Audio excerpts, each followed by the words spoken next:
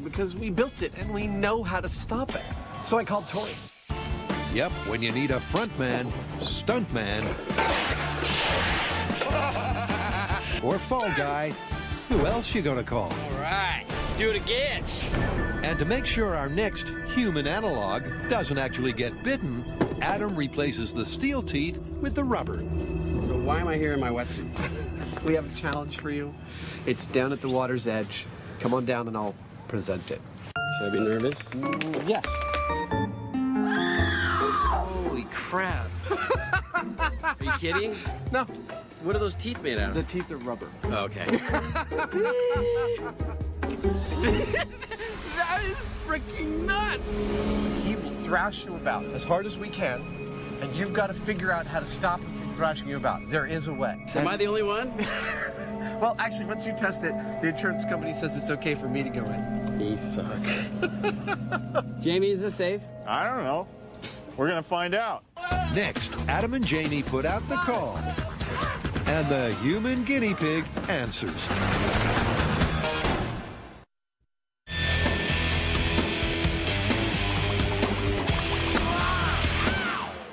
In case you haven't been paying attention, it's Shark Week. That's a shark that Jamie and I built, and it's fully animatronic. Dude, it's so perfect. And we'll throw a test subject all around like a real shark. The only way to stop it is to jam your thumbs into his eyeballs, which happen to be emergency stop switches. The thing we realized is neither Jamie nor I makes an ideal test subject for this because we built it. We know how to stop it. So I gave Tori a call. Holy crap. Are you kidding? And we're literally going to throw him into the deep end and see if he can figure out a way to stop the shark from throwing him about. What's my safety word? I can't feel my legs? No, your safety word is like that. Awesome. So Tori has been briefed that he's going to be the victim of a shark attack. How did I get signed up for this one? But that's all he's got to go on. This is probably one of my worst nightmares, being eaten by a great white shark. Is there any place I should not stick my hands? And what I'm supposed to do is strap myself into the jaws of this shark and then figure a way to make him stop chomping on me. Yep, that's the horrifying scenario Tori will be testing. A great white has exploded through murky water and taken a bite. How's that feel? Great, real comfortable. Okay. In those few crucial seconds before blood and limb loss weaken and exhaust you, I hope you choke on my pelvis bone. can you find and gouge the eyes? Or will it be too late? Tori, you ready? Ready? Jamie, start thrashing.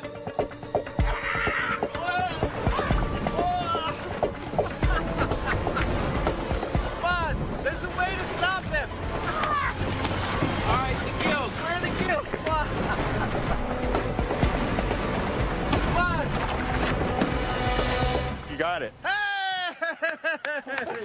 His eyes! He doesn't like it when you touch his eyes! We figured it out. And he was enjoying himself.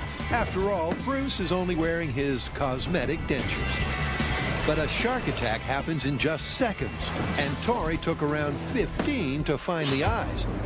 The grim reality is Tori would have surely died from his injuries. Tori was in fact able to find the eye, hit the switch, and turn it off. That is awesome! In my opinion, this was a real-life situation.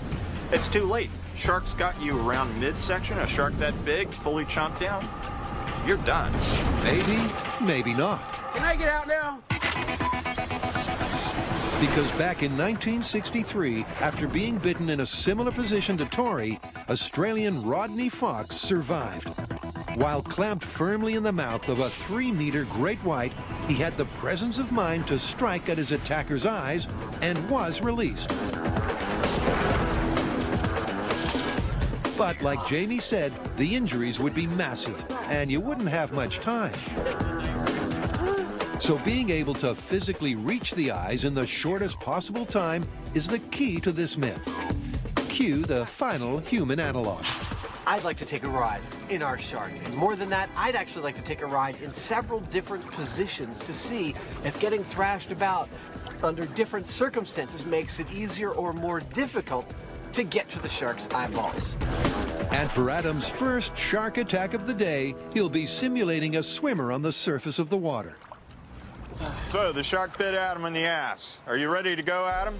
I'm ready. Unlike Tori, Adam knows to go for the eyes, but being face down, he's finding it much harder.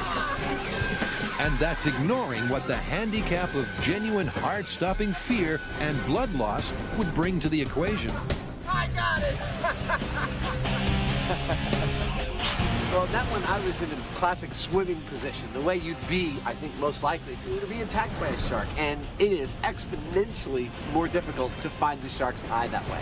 In fact, I dare say if that was a real shark, slippery and moving around, I probably wouldn't have been able to do it. I got it! So it looks like the eye-gouging myth boils down to position, position, position. This next position I'm going to take in our shark is a little number I like to call the Captain Quint position, or simply the Quint. That's it. It comes from the end of Jaws when poor Captain Quint slid down the deck of the Orca and into the waiting jaws of Bruce to his doom. We've replaced our animatronic shark with a real shark. Let's see if he notices. Come on, let's go. I want to ride this puppy. Okay, Adam, you ready to go? Bring it on. I'll admit, even though it looks like I'm hamming it up, being thrashed around like that is no picnic. Imagine tying your shoes on a roller coaster wearing mittens. It's difficult. That's fun. In a real situation, I'm sure that a big shark of this size is going to even be faster and more violent. I don't think you're going to have the time or the ability to dig into those eyes to repel the shark. Adam struck me as a little too happy in that last test. We're going to have to do something different. In an attempt to up the realism, Jamie's got one last trick up his white shirt sleeve. I want more violence out of this shark. So I'm going to double the voltage. It'll double the speed. That's about all we can do without blowing these hydraulic motors up. All right, I'm ready. Yes, this time the difference is clear. Adam's being tossed around like human salad with a wetsuit dressing. That last test was the deciding factor for me. Warm up! Woo! With the additional power and speed, there was a huge difference. That was rough. A real shark would be thinking about dessert before Adam could have gotten anywhere near the eyes. So what are we going to do with that thing when we get it back to the shop? Hang it from the ceiling. Maybe we can turn it into a big food processor. What do you think? You know, I was looking for something to put on that wall. We're keeping it? We're keeping it. Awesome. How do you want to call this one? Well, there are a couple of elements to this. The first one is, can you find the eyes? Right. And the second element is, can you find the eyes in time to save your life? For the first one, Tori and I both found the eyes every single time. Okay, that's one down. And as far as how much time it took, that really was variable depending upon the position you were in. But as a method of last resort, I would try it. I'm calling this one plausible. Okay, plausible it is.